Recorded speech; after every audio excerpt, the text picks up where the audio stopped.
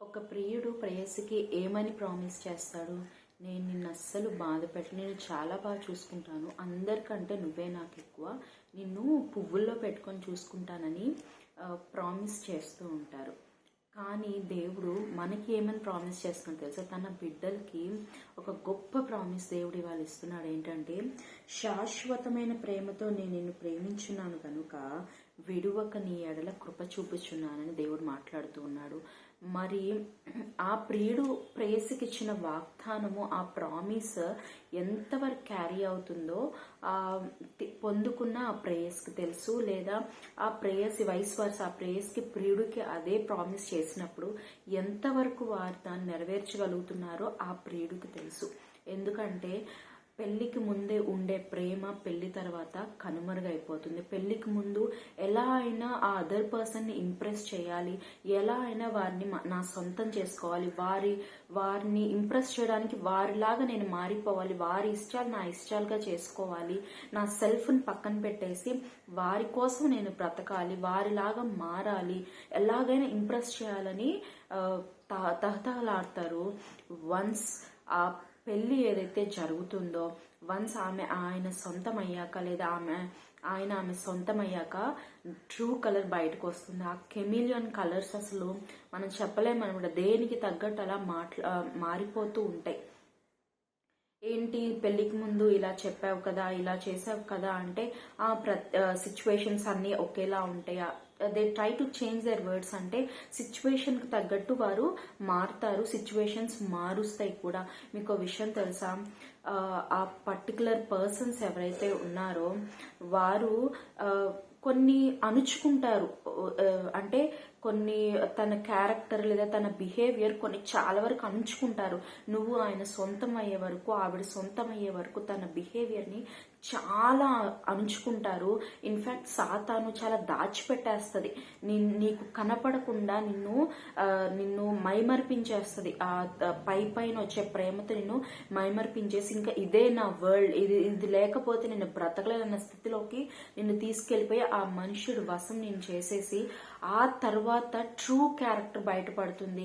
అతనికి లేదా ఆమెకి నువ్వు తప్ప వేరే అందరూ అంటే రెస్పెక్ట్, ఇష్టము, తల్లిదండ్రుల కోసం నిన్ను బయటకు గెంటి వేయడం, లేదా ఇతరుల స్త్రీల కోసం వ్యభిచార కోపంలో పడిపోయి ఇతరుల వ్యక్తుల కోసం నిన్ను హింసించడం, లేదా నాకు ఈ పిల్లలు వద్దని, లేకపోతే నాకు ఇలా ఉండదని, లేదా కొంతమంది ఏంటంటే ఒక మెంటల్ ఇష్యూస్ తోటి వాళ్ళని తన స్పౌజ్ని చాలా డిగ్రేడ్ చేసి, నీ కుకింగ్ ఇలా ఉంటుంది, లేదా నువ్వు ఇలా ఉంటావు, నీ వాళ్ళు ఇలాగా అని చెప్పేసి కావాలని గుచ్చి వాళ్ళని మెంటల్గా ఇల్ చేస్తూ ఉంటారు. ఫిజికల్గా వాళ్ళని కొట్టకపోయినా మెంటల్గా టార్చర్ చేస్తుంటారు. వాళ్ళ మాటలతోటి ఏంటి, చేతలతోటి ఏంటి, రకరకాలు చేస్తూ ఉంటారు. మరి ఈ రోజులో జరుగుతున్న ట్రెండ్ ఏంటంటే అరేంజ్డ్ మ్యారేజెస్ చాలా తక్కువ అరేంజ్డ్ మ్యారేజెస్. లవ్ మ్యారేజ్, మీరు పేరెంట్స్ కూడా అలానే ఉన్నారు, మీరు తెచ్చుకోండి మేము పెళ్లి చేస్తాము, మేము చెప్పిన మాట మీరు వినట్లేదు కదా, మీరు ఏదేదో చేసేస్తున్నారు, మీరు తెచ్చుకోండి మేము చేస్తామన్న రీతిలో కూడా తల్లిదండ్రులు కూడా మారిపోయారు. ఈ రోజులో మోస్ట్లీ జరుగుతుంది లవ్ మ్యారేజెస్. అయితే దేవుడు ఇవాళ నీతో మాట్లాడుతున్నాడు. శాశ్వతమైన ప్రేమ నాది, నీ మనుషుల్లాగా నాది మారిపోయే ప్రేమ కాదు, అశాశ్వతంగా టెంపరీగా మాటల వరకు చెప్పే ప్రేమ కాదు, కానీ శాశ్వతంగా నేను ప్రేమిస్తున్నాను బిడ్డ. నిన్ను ఎవరో ఏదో అన్నారని నువ్వు ఒక ఫాల్స్ మ్యారేజ్లోకి వెళ్ళిపోయి, లేదా ఒక మనిషిని నమ్మి ఆ బంధంలోకి వెళ్ళిపోయి ఇప్పుడు వారు నిన్ను హింసిస్తున్నారని, నిన్ను బయట గెంటేశారని నువ్వు డిప్రెషన్లోకి వెళ్ళిపోవద్దు. నేను నిన్ను ప్రేమిస్తున్నాను, శాశ్వతమైన ప్రేమతో నేను ప్రేమిస్తున్నాను, మానక నీ ఎడల కృప చూపుతున్నానని దేవుడు చెప్తున్నాడు. నువ్వు అనర్హురాలవే దేవుని ప్రేమకు, కానీ కృప అంటే ఏంటి?